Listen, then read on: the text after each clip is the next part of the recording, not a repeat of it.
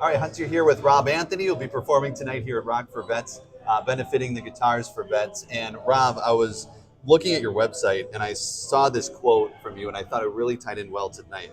The true measure of a successful artist is reflected in what is given back to the community. All So, right. knowing that quote, how much, that obviously means so much to you, how much does an event like tonight mean? How much does it mean to you? Well, the event tonight is very special just because it's close and dear to my heart because my father was a veteran and he suffered from PTSD really bad. Where he was actually became disabled from the PTSD. Okay. And anytime I can do anything for, veteran stuff, that's the closest thing that I can come to in my life. So Absolutely, absolutely. And this is no work.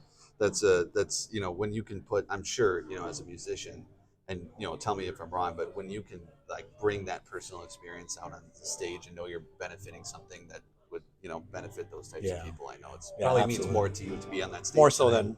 more so Yeah. than anything else. Yeah, absolutely, absolutely. So I was looking at after your third release, Inside You, Inside Me, you did some work with high school and college students to encourage them to, I did. to explore their, entrepreneurial potential, right? So Yes. tell me about that because it must have been so rewarding to try to, impart, on them that, hey, follow your passions, right? Just like you have. Mhm.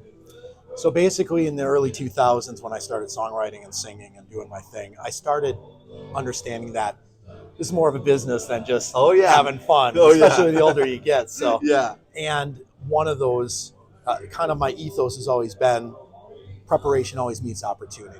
So Okay. through music, I've always been able to meet a lot of different people. Okay. I've also had to learn how to financially take care of yourself as a musician Sure. as well, which comes the entrepreneurial spirit that you need to have.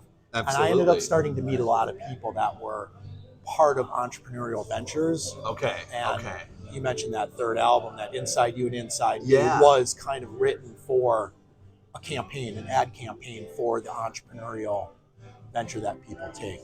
Okay. All I okay. ever wanted to do Sure. was believe in something that was more for me. Absolutely. Yeah, and Absolutely.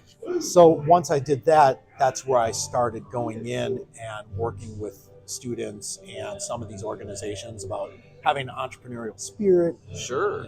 and I was just one of several people in different careers. Okay. But I was the musician Okay. and, part okay. of that where I was like trying to gain an entrepreneurial spirit doing this, setting up a business and making sure it's going Yeah. to sustain for the long term. For sure, because being a musician is it's like having your own business, I would assume. Yes. Like right, like Yeah. that's like you see the your little someone owns a coffee shop, but also someone owns their own music. Yeah. basically. Yeah, you basically write your own music. And back then I started a publishing company. So I was Sure, okay. licensing out music Got it. for campaigns. Okay. But I was okay. always trying to find songs that had meaning, like my veteran song Before You Sentence Me, which I'll Yeah. be doing tonight. Inside You and Inside Me. It's all in us, just gotta Yeah. search and see for it.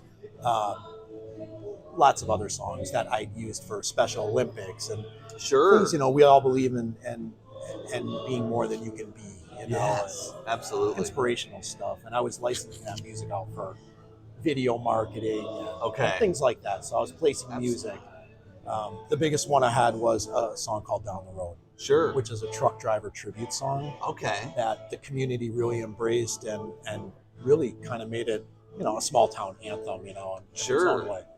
But it got picked up, with FedEx and a lot of truck convoys around the yeah. country, and it just led to other things that were very entrepreneurial about placing music. I know it doesn't sound rock and roll, but But it's a different side of it that people don't necessarily Right. think about, right? They Right. hear it with a FedEx ad or something. Yeah. There's music there, but they don't think of where that music necessarily came Right. from. And I really enjoyed doing that. And I had a lot Yeah. of mentors and I worked with a lot of people. Down here, GMR Marketing, I was working Sure. with too. And we were placing music for corporate campaigns like that. And, Sure.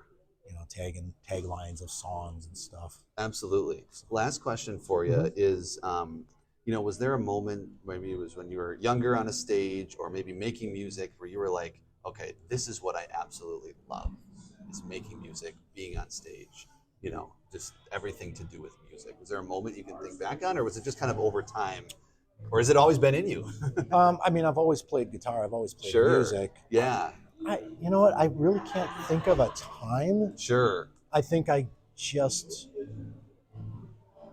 just wanted to do it full time and try Okay. to figure a way out where I could continuously play and, you know, make money and sustain yourself without a record label. And, you know, you can go that route too, but it's a tough route to go as well. Sure. Totally. Totally. But yeah, I mean, it evolved. Everything's evolved. I've gotten to play music. We got a lot of opportunities to play with, you know, my music. You know, I used to tour with the Bodines. I played guitar for them. I played with Keith Pulvermacher, who I'm not sure if people know, but he passed away recently. Yeah. So I guess there's been many moments, not really a specific moment. Sure. Okay, one more question off of that. Yeah. What's the favorite place you've ever played? I would have to say there's a lot of places. Or maybe a couple. Well, I was on tour with the Bodines. We played a place called the Arcata Theater down in St. Charles, Illinois. Okay. It's a very cool place. Like it just the nostalgia in there and stuff. Sure. I mean, there's a lot of cool theaters that people don't know about. When you are on tour with these bigger bands, you get to see some of the really cool places. Absolutely. But Arcata Theater, I would say, is probably one of the coolest ones. That's fantastic. It was a whole show. I mean, the guy does like an organ thing, you know, in between the sets. I mean, it's a big concert, and it's almost carnival meets you know, big concert. That's great. It was awesome. Fantastic. That sounds awesome. Yeah, Arcata Theater. Okay, sounds good. Well, you're gonna have to look up that theater now. And go see it. Go see a show there. Rob, really appreciate it. Yeah, Thanks so much. Bet, man. You bet. Appreciate Absolutely. it.